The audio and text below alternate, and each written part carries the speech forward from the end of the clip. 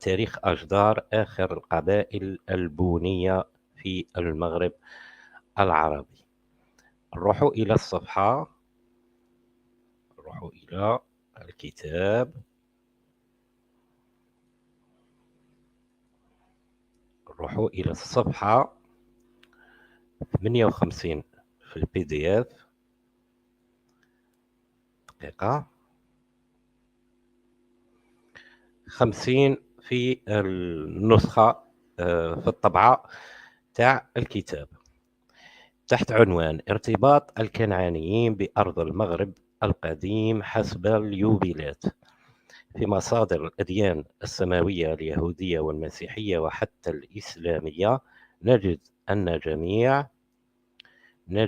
جميع سكان الأرض انحدروا من نسل النبي نوح عليه السلام، وهم أبناؤه الثلاث أو من أبنائه الثلاث الذين نجوا معه بعد الطوفان، وهم على التوالي سام وحام ويافث.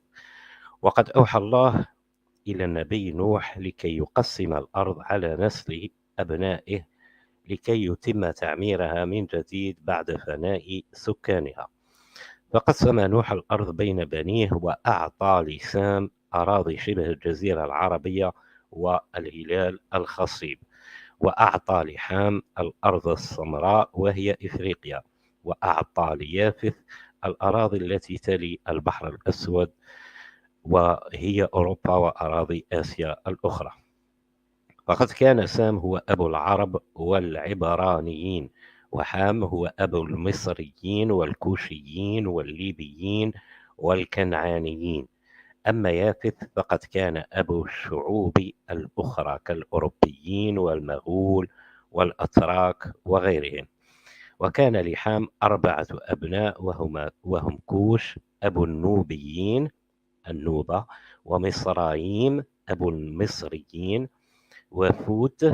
فوت فاء ووتاء أبو الليبيين بين قوسين أبو الليبيين أو البربر، هذه بين قوسين بالطبع الكاتب هذا اللي يقول أن فوت أب الليبيين أو البربر، وكنعان أب الكنعانيين.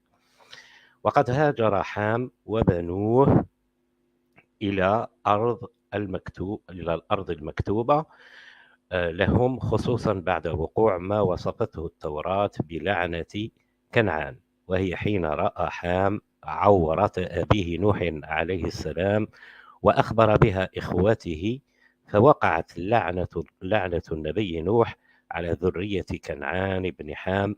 وحسب سفر اليوبيل من مخطوطات قمران، والذي يدعى سفر التكوين الصغير، فقد ورد السياق التالي.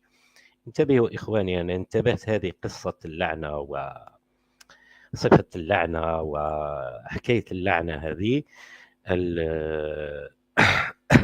التي تلصق بالمنطقة هذه، ما هيش غير في الرواية هذه، كاين حتى اللي يتكلموا على اسم أمازيغ. هناك كذلك قصة لأمازيغ أنه كان في اليمن، وأنه في اليمن قام يعني بواحد الفعل مشين، فتم يعني كما يقولوا لعنه من طرف ذويه، وتقرر أنه يعني يقتل، فهرب إلى شمال إفريقيا. يعني كل هذه الروايات احنا كي ندرسوها خوتنا بالطبع، هذه التاريخ هذا هو خوتنا مليء بالأساطير، ولازم تاخذ كل شيء تاخذه بحذر. وحنا كي نقراوه ماهيش قلنا خوتنا التاريخ باش تستفاد منه، لكن كيف تستفاد منه؟ تقرا التاريخ، هو خوتنا راهو داخل في بناء الشخصيه تاع الشعوب، شخصيه الشعوب. يعني حتى كي ما يكونش حقائق، يعني حتى كي يكون مليء بالاكاذيب هذيك الاكاذيب راح تتحول الى حقائق، راهي جزء من البناء الفكري وبناء الشخصيه تاع هذه الشعوب. وبالتالي ما يمكنش انك تقول لا هي مجرد اساطير وانتهى. لا لا, لا. كما يقولوا لي زيسبري اون ايتي فاسوني، يعني كما يقولوا تم هندسه عقول الشعوب، عقول الجمعيه تم هندستها عبر هذه الروايات التاريخيه. اذا احنا كي نقراوها باه نفهموا منين راهو جاي، سواء الامور المحموده الايجابيه او الامور السلبيه المذمومه، كلها نعرفوا منين هي جايه؟ بالاساس من التكوين الشخصيه تاعهم اللي يدخل فيها التاريخ بدرجه كبيره. اما صحه ما يقولون فهذا دوما خاضع لكل مدرسه وكيف تقرا، وكل مؤرخ كيف يقرا. وبالنسبه للاسرائيليات، خوتنا الاسرائيليات في التاريخ ما هيش مرفوضه. البعض يقول لا هذو التوراتيين، اجل التوراتيين بناوا القصص تاعهم والروايات تاعهم، هم بالطبع يؤكدونها وكذا، لكن بداوها لأهداف معينة. السلام ورحمة الله سعيدات. وبالتالي راح يحرفوا تاريخهم كذلك. النحو اللي يساعدهم، النحو يساعدهم، لكن تقدر تقول أن روايات الإسرائيليات ولا التوراتية، الروايات التوراتية هي كذلك من الأقرب، للحقيقة كذلك. ما تشوفش يعني البعض يقول كيف نسمعوا اليهود والتاريخ شكون كاتبهم؟ كاتبين اليونانيين اللي هما وثنيين، كاتبين اليونانيين ورومان مسيحيين، كاتبين المسلمين، كاتبين. اذا المساله ماهيش كي تسمع يعني كما راني حاط في العنوان الروايه التوراتيه تقول اذا ما نشوفش لها. بالعكس الروايه التوراتيه اللي فيها اجزاء كبيره منها صحيحه، ماهيش غلطه. أما عندنا احنا في العلوم الإسلامية فالإسرائيليات في الميدان التاريخي تؤخذ، يعني ما في الميدان التشريعي والعقائد بالطبع مرفوضة، لكن في ميدان التاريخ كما نقولوا تواتر الأخذ بها والاعتماد عليها، تبقى بالطبع دوما كل شيء هذه اللي تصلنا خاضع للنقد والمقارنة، وخاصة مقارنة مع ما يقوله باقي المؤرخين. تقارن ما بين المؤرخين اليونان، الرومان، العرب، جميع الفرس، وتشوف وتدرس، وفي النهاية راح تخرج بنتائج. ما تحسبش أن الأمور يعني كما يقولوا انتهى وفلتت من أيدينا. غير صحيح. تبدأ تقترب من الحقيقة دوما. عندما تبدأ تقارن تبدأ تقترب من الحقائق. نكملوا القراءة تاعنا. إذا واش يقول سفر التكوين الصغير؟ قد ورد السياق التالي: قسم حام أرضه بين أبنائه في الشرق. كان القسم حام، قلنا سام، كان نصيب تاع سام هو الجزيرة العربية والهلال الخصيب. أما حام فكان نصيبه إفريقيا القارة ككل، مش إفريقيا بالتاء المربوطة.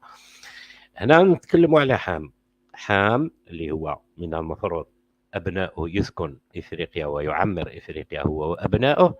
قسم هو بدوره أرضه، قسم إفريقيا بدوره، قارة إفريقيا بدوره إلى في الشرق. كان القسم الأول لكوش، الكوشيون. والكوش هما يا خوتنا الله أعلم تقدر تقول هم الحبش والسودان وكذا. وغربي كوش، غرب القسم تاع كوش حصة مصرايم المصريين. وغربي هذه الحصة، غربي مصرايم، حصة فوط هذا هو أبو الليبو ولا أبو البربر كما يسميهم البعض. وغربي هذا حصة كنعان، وغربي هذا البحر كما راك تشوف هنا. إذا أرض كنعان اللي من المفروض يعني كما نقولوا من المفروض تكون هي أرض كنعان، في حقيقة الأمر هي ما يسمى اليوم الجزائر والمغرب، ما يسمى دولة الجزائر والمملكة المغربية أو المغرب العربي، الجزء الأكبر من المغرب العربي. ليبيا هي نصيب الليبو أو البربر، ماهيش كما يتصوروا البعض. يعني هما الجماعة تاع البربريس مثلا يجي يعني هكا نازلة عندهم مانيش عارف طايحة من السماء كل شمال إفريقيا من النيل إلى طنجة أرض بربر. اعتمادا على ماذا؟ لحد الآن أنا نشوف جميع المؤرخين القدم ولا الرواية التوراتي ما كاش اللي قال هذا الكلام، ما كاش اللي ينسب له هذا الكلام. هذا كلام فيما بعد تاع متأخرين كانوا كسالى ما حبوش يدقوا مليح في كتاباتهم وفيما بعد قلت لكم الأوروبيين والفرنسيين وضعوا الإيديولوجية هذه، فأصبحت وكأنها من المسلمة، لا كل هذه الأراضي هي أرض بربر وكذا، لا، في الرواية التوراتية الأرض بربر هي أرض الليب ولا أرض الليبو، إذا اعتبرنا البربر هم الليبو، أرضهم ليبيا فقط، ما يسمى ليبيا اليوم، وأبوهم فوط. أما من غرب ليبيا إلى البحر المحيط، إلى البحر اللي هو المحيط الأطلسي، فيسمى هذه حصة كنعان. فقد كانت الأرض المكتوبة لكنعان، انتبهنا القصة مليح، أنا شو لازم تفهم القصة اللي كتبها أو كتبها لأهداف معينة كانت صحيحة، ولا حرفها كحرف هذاك التحريف لهدف معين، لفكرة معينة يريد تجذيرها، لإيديولوجية كذلك يريد تجذيرها.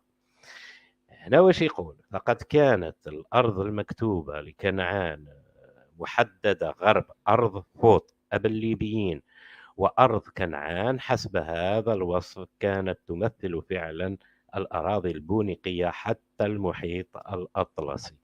وقد كان من المفترض أن يسكن كنعان أرضه، وورد بأن بني نوح اتفقوا على الأراضي المكتوبة لهم، واتفقوا على لعن كل من يخرق هذا العهد، وهذا حسب ما ورد. يعني بعد ما نوح قسم الأرض ككل على سام وحام ويافث، حام بدوره اللي كانت حصته قارة إفريقيا قسمها على أبنائه، فكانت كنعان اللي هي الجزائر والمغرب أو المغرب العربي كانت من نصيب ابنه كنعان، هكا تقول الأسطورة ولا القصة التوراتية، كانت من نصيب ابنه كنعان. واتفق الأبناء حام أنه ملعون، يعني أن اللعنة على كل واحد فيهم يخالف هذه، كما يقولوا هذه القسمة. وهكذا وزع أبناء نوح الأراضي بين أبنائهم أي أحفاد نوح بحضور نوح أبيهم، الذي جعلهم كلهم يقسمون ويلعنون كل من يحاول أن يحتل حصة لم تعط له بالقرعة، فقالوا كلهم آمين آمين عنهم وعن أبنائهم إلى الأبد وإلى جميع الأجيال حتى يوم الدينونة، حيث يدينهم الرب بالسيف والنار بسبب نجاسة ضلالهم ضلالاتهم المضرة بعد أن ملأوا الأرض بالتجاوز.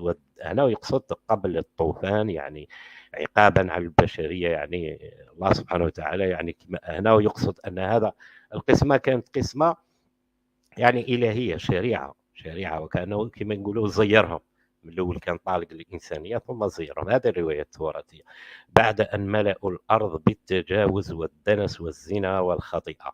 وعندما ارتحل حام وبنوه نحو الأرض المكتوبة لهم أي إفريقيا، رأى ابنه كنعان، يعني كانوا رايحين لإفريقيا يروحون قسموا كل واحد يروح الأرض، رأى ابنه كنعان أن أرض لبنان، كانوا مارين على غزة ولا مارين على الشام، رأى ابنه كنعان أن أرض لبنان حتى نهر مصر هي مكان جيد للاستقرار، رغم أنها لم تكن مكتوبة له بل لأبناء سام، لكنه قرر الاعتداء عليها حسب ما ورد في اليوبيل هذا نظن يقصد به كتاب لليهود ولا الهوامش لليهود ولا شيء من هذا، المهم يسجلون فيه القصة هذه من اليوبيل اليهودي.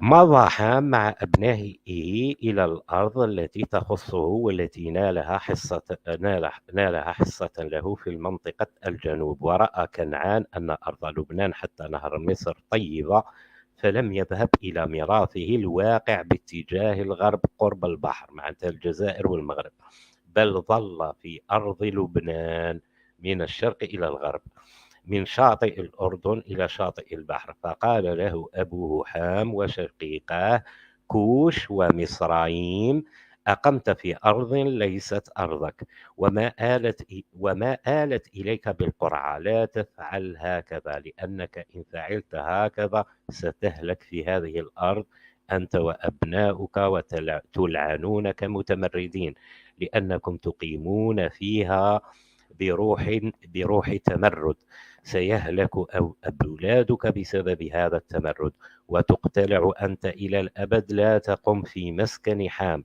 لأن هذه الأرض قد آلت إلى سام.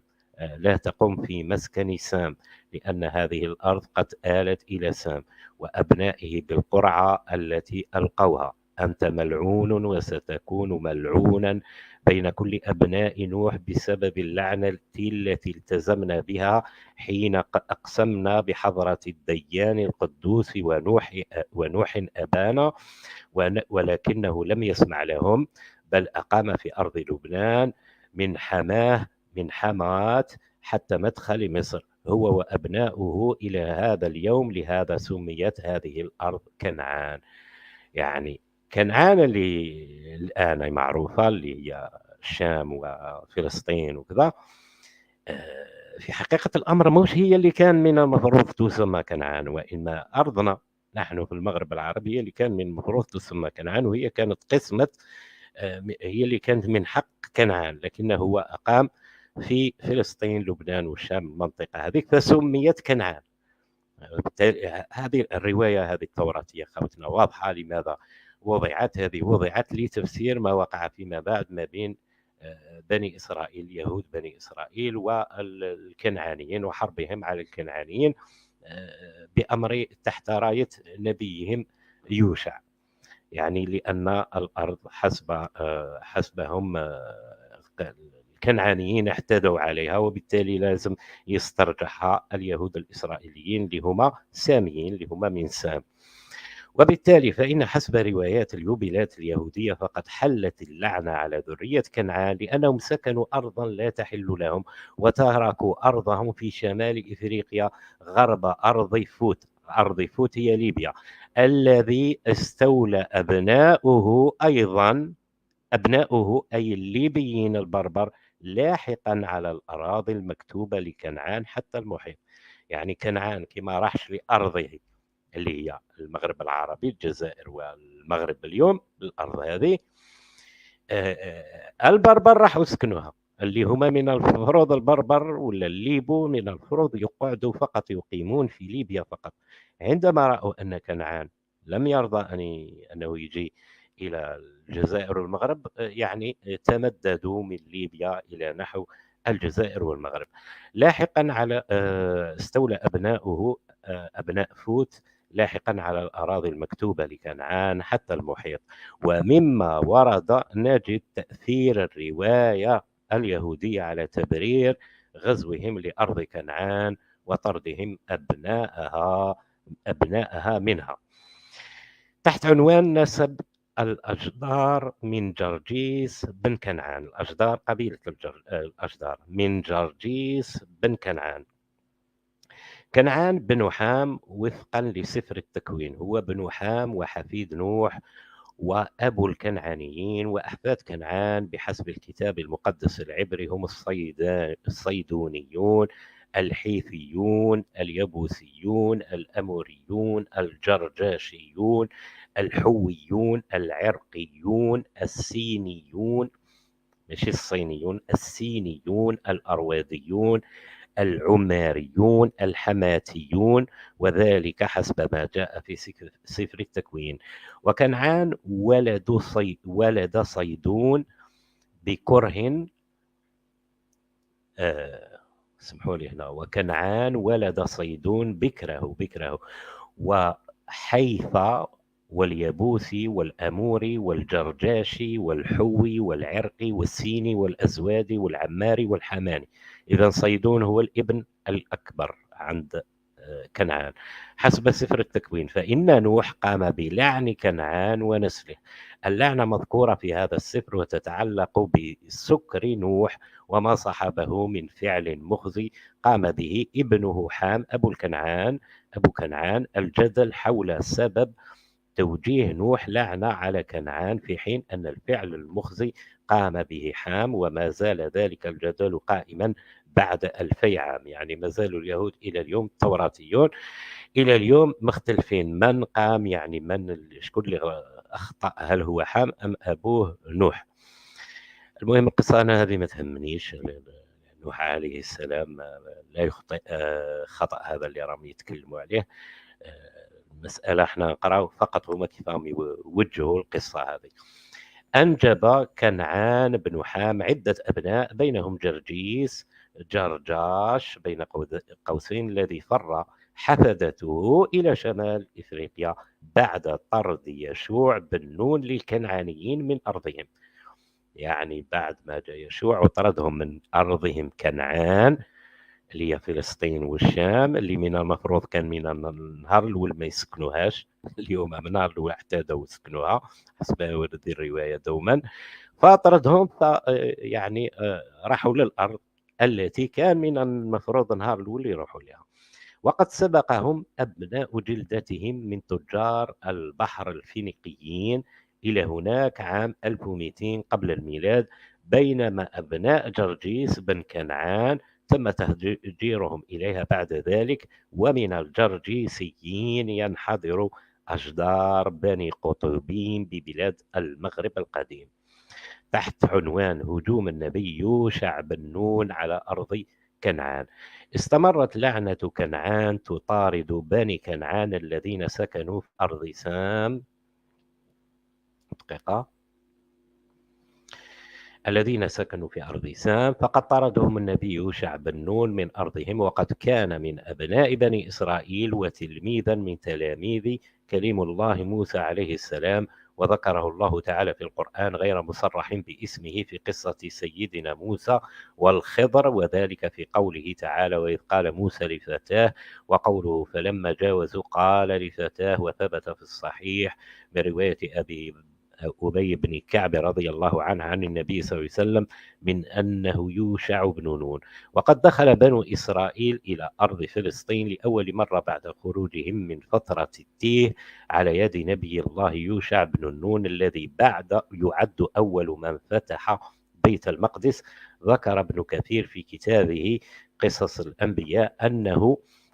الأنبياء أنه يدعى يوشع بن نون بن أفرايم بن يوسف بن يعقوب. أفرايم هذه خوتنا وما يكتبوها أفرايم، هي في الحقيقة إبراهيم بالعبرية. أفرايم بن يوسف بن يعقوب بن إسحاق بن إبراهيم عليهم السلام. وأهل الكتاب يقولون يوشع بن عم هود. ولم يخرج أحد من التيه الذي عاقب الله به بني إسرائيل بعد رفضهم لقتال القبائل الكنعانية التي كانت تسكن المدينة المقدسة في فلسطين. وكانت مدة التيه 40 عاما مات فيها نبي الله موسى إلا 2 منهم يوشع بن نون عليه السلام الذي قاد بني إسرائيل لقتال الجبارين. وذكر ابن كثير أن يوشع كان هو الذي خرج ببني إسرائيل من التيه وقصد بهم بيت المقدس. فقال أهل التاريخ أنه قطع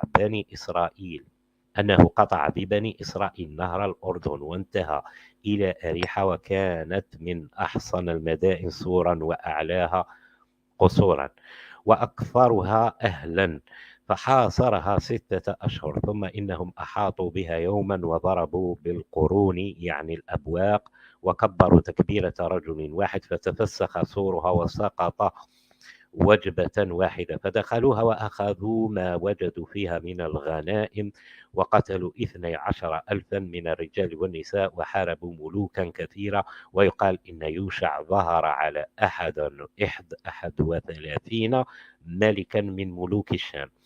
كما سرد المؤرخون ابن كثير وابن أثير في كتابه الكامل المعركة الأخيرة التي بدأت في يوم الجمعة.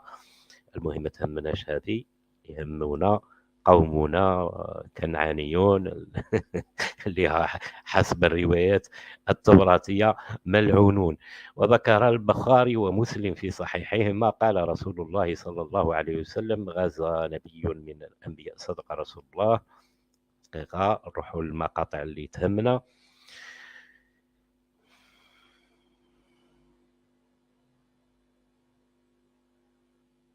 والمقاطع اللي تهم منطقتنا. يقول ابن كثير: ولما استقرت يد بني إسرائيل على بيت المقدس استمروا فيه، وبين أظهرهم نبي الله يوشع يحكم بينهم بكتاب التوراة حتى قبضه الله إليه وهو ابن 127 سنة، فكانت مدة حياته بعد موسى 27 سنة. ويقول توسفتا: عندما غزا يوشع بن نون خليفة النبي موسى عليه السلام على بني إسرائيل أرض كنعان، أخبر سكان البلاد الكنعانيين أن لديهم 3 سبل مفتوحة أمامهم، وهي أن باستطاعتهم أن يغادروا البلاد أو أن يلتمسوا السلام أو يعلنوا الحرب ضده. لكن الكنعانيين أعلنوا الحرب ضده، ولكن مش كل الكنعانيين اللي حاربوه، هو شي يقول هنا، لكن كان الجرجاشيون من بين غيرهم الذين فضلوا الانسحاب إلى إفريقيا. ويذهب توسفتا قائلا أن العموريين، الكادمونيون، الكانيتيون والكانيتيزيون بعض من الذين قاموا بتأسيس قرطاجة وذهبوا إلى إفريقيا. وإن تلك الأحداث تؤرخ من الفترة عندما كان التواصل بين إفريقيا وفينيقيا مستمرا.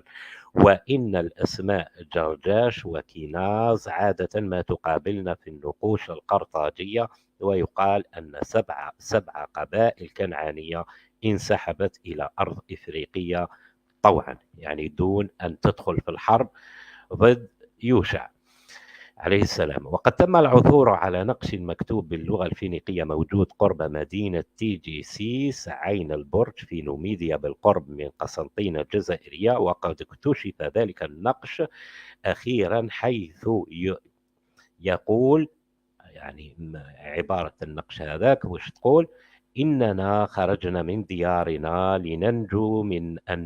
لننجو بأنفسنا من قاطع الطريق يشوع بن نون، بعد أن قتل منا في عشية واحدة 10,000 إنسان. وذلك يثبت صدق ما قاله المؤرخ البيزنطي بوروكو بيس. يذكر ابن خلدون أن أهالي تلمسان يعتقدون أن يوشع بن نون كان مرافقا للنبي موسى عندما التقى بالخضر الذي أعاد بناء جدار المدينة المنقض. هذه القصة منين جابوا البعض يقول لك أن قصة الخضر كانت في الجزائر وكانت من نواحي تونس. وهذه القصة تشبه كذلك خوتنا وش قرينا من هذا الكتاب نفسه، هذاك الكنعاني اللي جاء وأراد يعني كما يقولوا أنه يعاود يبني مدينة كانت خاربة، ثم التقى به بربري. والبربري كما قلت لكم خوتنا دوما هو شاهد ما شاف شي حاجة. البربري هو واحد يراقب من بعيد منذ 1000 سنين.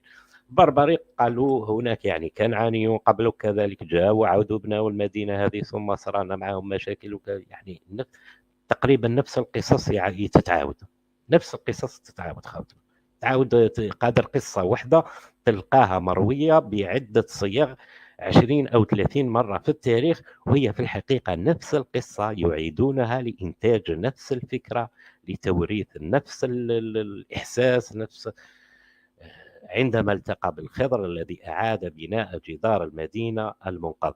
كما أن منطقة الغزوات بنفس المدينة في الجزائر تحتضن هي الأخرى ضريح يوشع بن نون الذي تعتبره العديد من الروايات نبيا من أنبياء بني إسرائيل الذين طردوا الكنعانيين من أرضهم وأراحوهم وأزاحوهم نحو أرض شمال إفريقيا.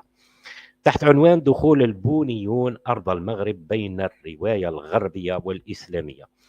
لقد تأثر الموروث الشعبي حول دخول البونيين أرض المغرب القديم بين الرواية الغربية والإسلامية. ففي الرواية الغربية القديمة ارتبط الدخول بشخصية إليشا أو إليسا التي عرفت بتسمية عليسا.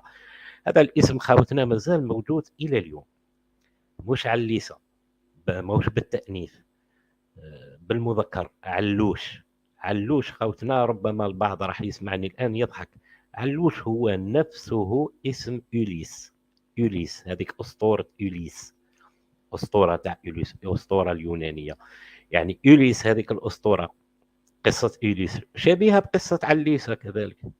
البنية شبيهة بقصة عليسة، لكن هنا مذكر وهنا مؤنث، هما كذلك هذيك تقريبا كذلك نفس القصة. حتى إيليس يقول لك هو اللي بنى إيكوزيما الجزائر العاصمة، يقول لك هو بناها بنفس تقريبا نفس القصة خوتنا التعاون. ولها عدة أسماء بحسب الحضارة التي تكلمت عنها. في الإلياذة سميت ديدو، وترجمت إلى العربية بتسمية ديدون، وديدو هو اسم ذو أصول فينيقية تعني الرحالة، كما سميت بأليسا التي يعتقد أنها كلمة فينيقية مشتقة من كلمة إليشات وتعني المرأة التابعة لله. أما في الروايات الإسلامية وحتى تلك التي تركها التراث الجداري، ذكروا دوما كي تسمعوا جدار هذه قبيلة مش جدار يعني صور، الجداري يعني كاينه هذه ثاني خاوتنا، يعني قبيله اسمها جدار جايه من جهه لبنان من المناطق هذيك، وعندها علاقه بمدينه صور. يعني شوفوا العلاقه كذلك، جدار قبيله وصور مدينه. المهم التي تركها التراث الجداري، فهم يصورون الدخول على أنه كان بقيادة رجل يدعى ديدو بن أليثة وليس امرأة كما وردت في بعض الروايات خصوصا الغربية منها. عليسة هي ابنة ملك صور وأخت بيغماليون، وكانت زوجة خالها الذي هو الكاهن الصوري. كانوا يتزوجوا ما بين الأخوال الصوري الأعظم المسمى عاشر باص، أو ما عرف بزيكاربال، وكانت مع أخيها الأصغر خليفة بيغماليون في الحكم بعد وفاة والدها الملك. طمع أخوها بيغماليون، بون هذا ما يهموناش كل هذه التفصيلات.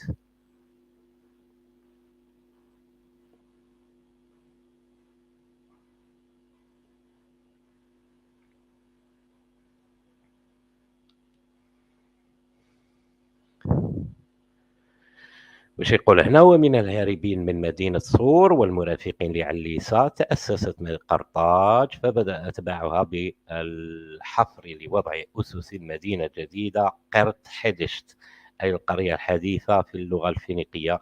وكان ذلك عام 814 قبل الميلاد، حيث باع الملك الليبي النوميدي يرباس. أنا لا أدري لماذا سماه النوميدي، لم يكن هناك النوميد في ذلك الوقت. النوميديا قلنا هي اسم تاع يعني بمعنى رحالة، والدولة لم تكن دولة نوميديا موجودة. الملك ليبي يارباس مساحة أرض لعليسة يمكن إحاطتها بجلد ثور وبسعر مرتفع جدا، فقامت عليسة بتعرف القصة هذيكم سامعين بها. الملاحظ من هذه الرواية أنها تأثرت كثيرا بالرواية اليهودية التوراتية، خصوصا تلك التي دونها يوسيفوس فلافيوس في القرن الأول الميلادي، والتي تبرر هجوم بني إسرائيل على أرض كنعان ومحاولتهم تبيان أحقيتهم لتلك الأرض وإقصاء الكنعانيين منها. وصل تأثير هذه الروايات حتى العصر الإسلامي الوسيط، حين تحدث يهوذا بن قريش التاهرتي عن أصول أجدار بني قطيبيم الذين كانوا يعيشون في نفس المدينة التي عاش بها أي تاهرت. هذا ابن تاهرت، هذا يهوذا بن قريش، يعني انتبه لاسمه متيارت. هذا يهوذا بن قريش التاهرتي، هذا عندما كان يتكلم على أسطور أجدار، قبيلة أجدار الذين كانوا يعيشون في نفس المدينة التي عاش بها أي تاهرت. هذه هي قلت لكم خاوتنا من جهة تاهرت. جيت أنا اللي قلتها لكم في اللقاء السابق، كنت مازال ما لحقتش لهذه المقاطع من جهة تيارت تيسمسي التي عاش بها أي تاهرت. وتحدث عنهم بأنهم قبيلة من الأفارق تعود للمطرودين على يد يوشع بن نون من أرض كنعان. ويقول في روايته بأن دخولهم إلى أرض المغرب كان على يد ملكهم ديدون بن أليثة ومن رافقه من القادة الذين قادوا جموع الكنعانيين حين فروا إلى إفريقيا، وكان يدعى عبدون بن أبي بعل. ويذكر أنه قد التقى بالنبي يوشع بن نون أسبوعا قبل غزوه لأرض كنعان، وقد أخبره النبي يوشع بن نون أن الله قد أرسله ليطهر بني كنعان من لعنتهم التي حلت عليهم بسبب جدهم كنعان بن حام الذي سكن أرضا لا تحل له، وأنهم سيتطهرون من تلك اللعنة بخروجهم منها وإقامتهم في الأرض التي كتبت لهم، وبأن لعنة الرب عليهم هي سبب تفرقهم، وأنهم لن يتوحدوا ولن يقوم لهم ملك في الأرض إلا في الأرض المكتوبة لهم، والتي نزل إليها جيرانهم الشرقيين من أبناء فوت الليبيون البربر عندما وجدوها فارغة، فعندها قام عبدون بحمل جسد جدهم كنعان بن حام ووضعه في تابوت وأخذه في السفينة، ثم شق الطريق نحو أرض إفريقيا. شوفوا يا خوتنا الحكايات كيفاه راحوا جابوا النعش تاع كنعان من الشام، من ثم من الشام، وجابوه هنا للجزائر دفنوه، مثل الأمير عبد القادر. مثل قصة الأمير عبد القادر. قصص متشابهة خوتنا. التاريخ عنده واحد خوتنا، التاريخ عنده واحد الفلسفة في بعض الأحيان تخلعك. وأخذه في السفينة ثم شق الطريق نحو أرض إفريقية، دفن جده في أعالي جبل البال بالأرض التي فيها مقام النبي يوشع بن نون، وهي أرض تلمسان، وجبل بعل موجود في تلمسان. وهذه رواية رغم ورود بعض الحقائق فيها حول بعض الشخصيات، إلا أن تفاصيلها تأثرت كثيرا بالروايات اليهودية. يعني احنا الجزائر الجزائر عربية كنعانية حسب الروايات التوراتية يعني. ما عندناش القانون الدولي فقط، عندنا التوراة والتاريخ. اثنين الأجدار في العصر القديم، هذا مقطع شفناه الله أعلم من قبل. شوفوا بعض التعاليق إخواننا، الله أعلم. نكتفي بهذا القدر. سيدات عين طاي السلام عليكم، حنان السلام عليكم، حميد أطلس السلام عليكم.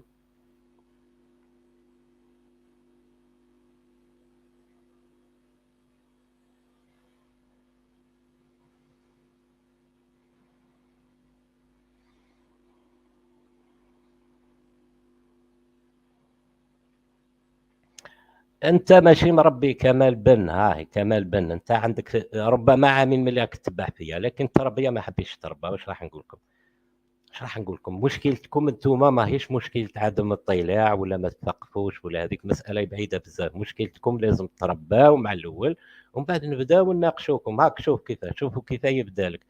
لماذا تصرون لماذا تصرون على كذبكم؟ اتهمني بالكذب ومن بعد تحاول تستنى مني نناقشك.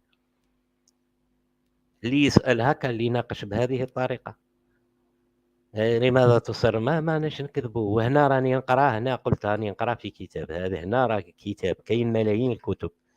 كي تناقش مسألة تقعدوا زوج طرفين، ونقطة النقاش واش هي وراكم تناقشوا عليها. أنا لا أعترف بوجود قومية لا أمازيغية ولا بربر ولا بربرية. شكون قال لك أنا أصلا راني مأمن بواش راهم يقولوا هذو هنا؟ شكون اللي قال لك انا راني مامن بواش راهم يقولوا هنا؟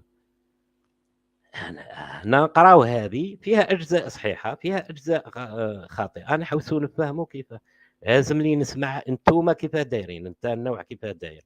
تسمع اغاني معطوب، من بعد تسمع اغاني مأيت من قلات، ومن بعد تسمع الواحد بربريس يحكي لك يكمل، ومن بعد تروح تسمع الواحد فرنسي ولا اللي يحكي بربريس من الاكاديميه البربريه. هذه هي خلاص. ها هنا راك لحقتك دكتور في التاريخ.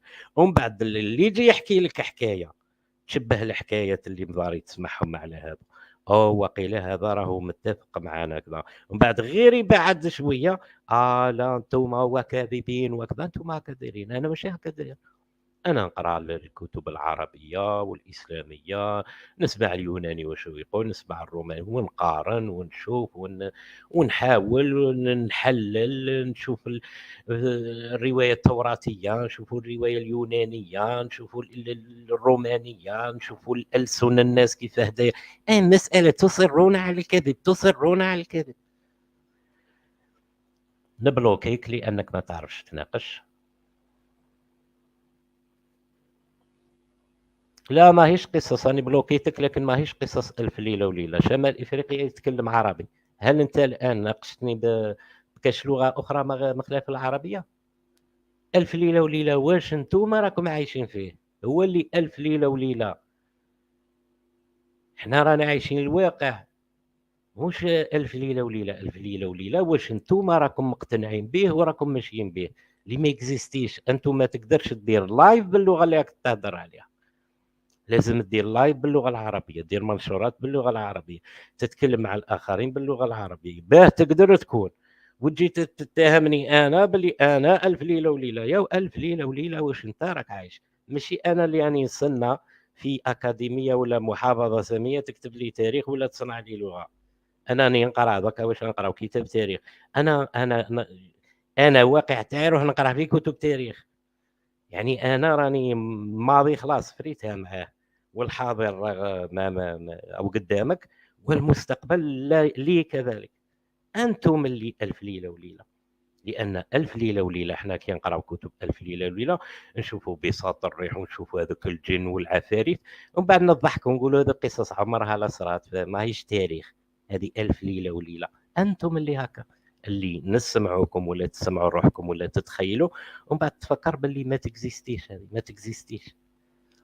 واش راك تحكي ما يكزيستيش؟ سيتون ايديولوجي، ايديولوجية يقنعوكم بها، ماهيش واقع. ألف ليلة وليلة تقولها العرب، ألف ليلة وليلة هي أنتم ماشي إحنا.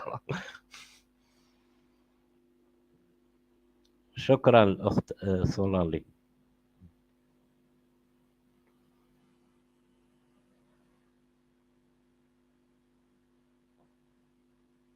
تفضل سعيدات، تفضل، ما خارج الموضوع، تفضل.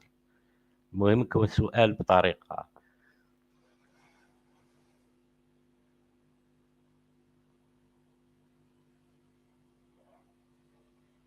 ما غلبونا بخرطيمة هم يحزنون، ما غلبونا بخرطيمة هم يحزنون. فرنسا معاهم، الحكومات راهي معاهم، وما كان والو، يقعدوا يدوروا غير هكاك. إخواني أنا نستنى سعيدة السؤال، إذا عندك سؤالك تقولي خارج الموضوع.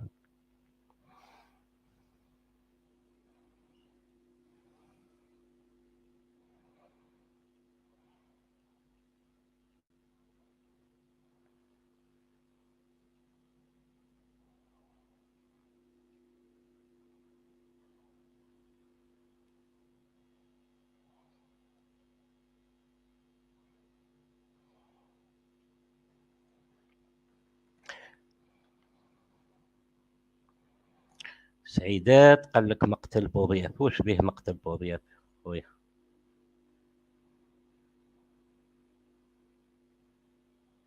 عمري لا تكلمت على مقتل بوضياف سعيدات.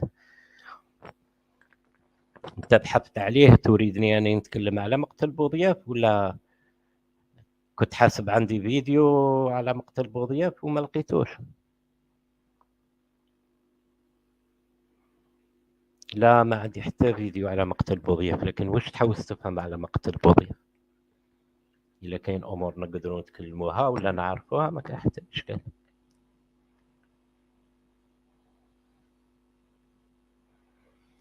ما حدث في الكريملين، واش به الكريملين؟ مانيش نتبع الأخت أيم صلالي، واش صرا في الكريملين؟ ما حدث في الكريملين، ما أعطيني شوية إشارة. أظن الأيام راح يبدأ الهجوم المضاد الأوكراني، بدأ في الحقيقة، لكن ما زال يزيد. أمور كبيرة حتصرا في أوكرانيا، لكن ماشي مازال ما بداتش مليح.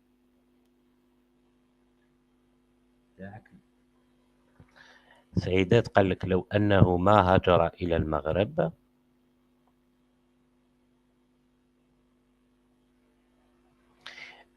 أنت ترى أن هجرته إلى المغرب شيء غريب، ولا شيء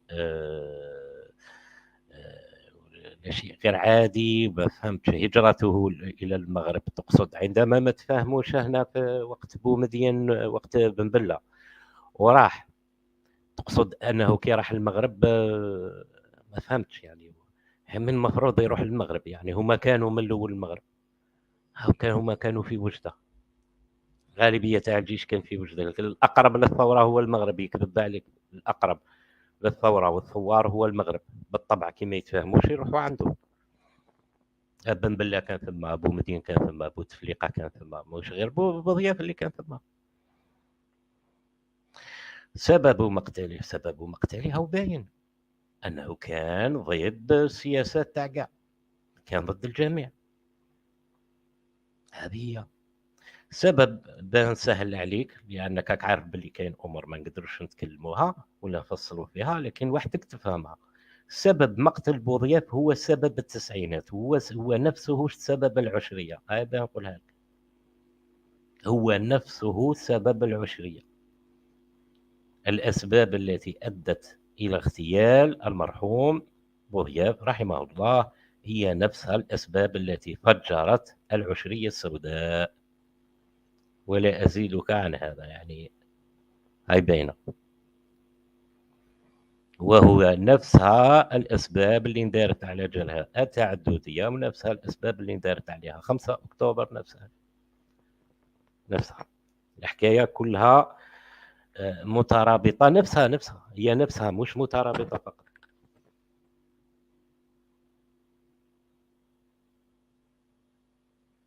اخترقوا الكريملين. واش صرا بالتدقيق؟ الأخت سولونلي بالتدقيق في الكريملين.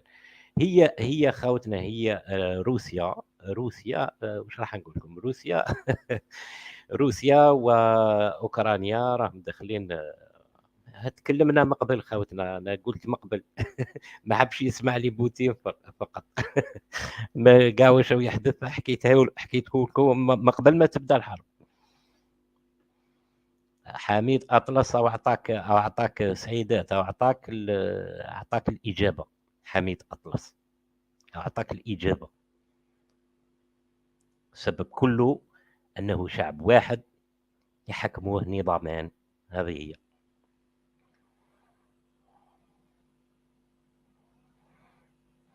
نلتقي غدا إخواني. السلام عليكم.